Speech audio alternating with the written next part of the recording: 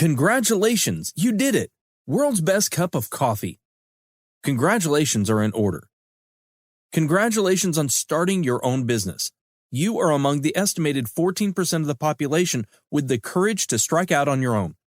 At some point, you decided to leave a job that most likely paid you fairly well and even gave you and your family some type of health insurance. But even with all that stability, your determination to be your own boss, to captain your own ship, to create your own path to financial wellness and respectability compelled you to start your business. Seriously, congratulations on being brave enough to follow your dream and take the road less traveled. Unfortunately for many, their dreams have become nightmares. In an article published by Forbes.com, 20% of small businesses fail in their first year, 30% in their second year, and 50% don't survive to see their fifth year. A staggering 70% of businesses never make it to their 10th birthday. That means that while 14% of the population start their own businesses, only 4.2% remain business owners. Lucky for you, you're reading this book. It doesn't matter your age, nationality, sex, financial status, location, or your product or service. If you're the owner of a business, I know you. I specialize in helping people like you establish systems, processes, and ever-changing marketing techniques. I teach the art of delegation and how to invest time wisely so that businesses can grow. As a former educator, I have a passion to teach and instruct. Every business starts somewhat like a person, an infant, if you will. You might start with 1 or 2 clients or with a Facebook page, or by selling products online or from your garage. Either way, you started off small with a dream and the talent necessary to deliver your offerings.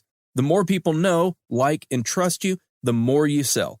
If you're in the fortunate group of 80% of business owners who succeed in your first year, you move to the second.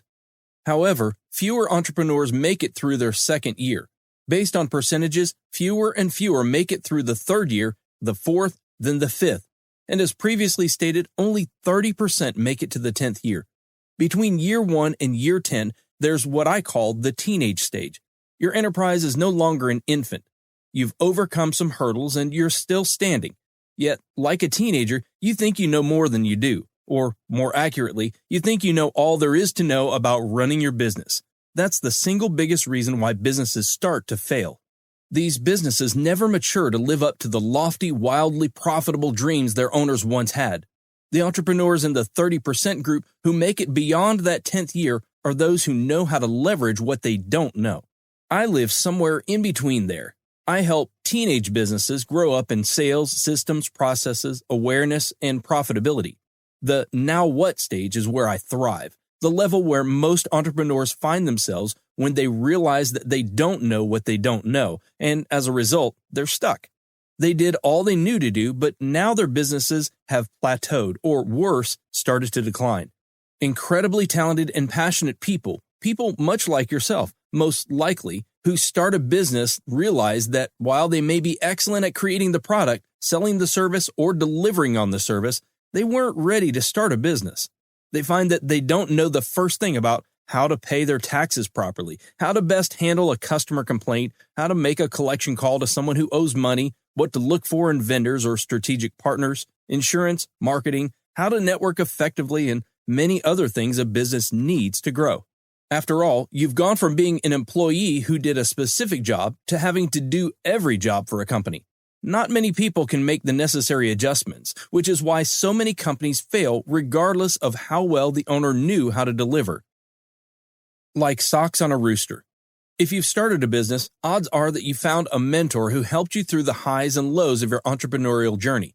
My dad, my number one mentor and hero, had a saying whenever we accomplished something difficult. For example, when I was growing up, we rarely bought furniture. Whenever the house got stale and needed a shake-up, we would move the furniture to different areas. Usually, my father would have a tape measure, and we would spend much time and effort moving every piece of furniture all over the living room until we finally got it to where everyone agreed that the arrangement made the room look better. Hands on hips while admiring his work, my father would say, "Like socks on a rooster," meaning it was difficult, but we got it done. He said it so often that I thought it was a common saying. When I would say it to friends or while at college, people would look at me as if I had two heads.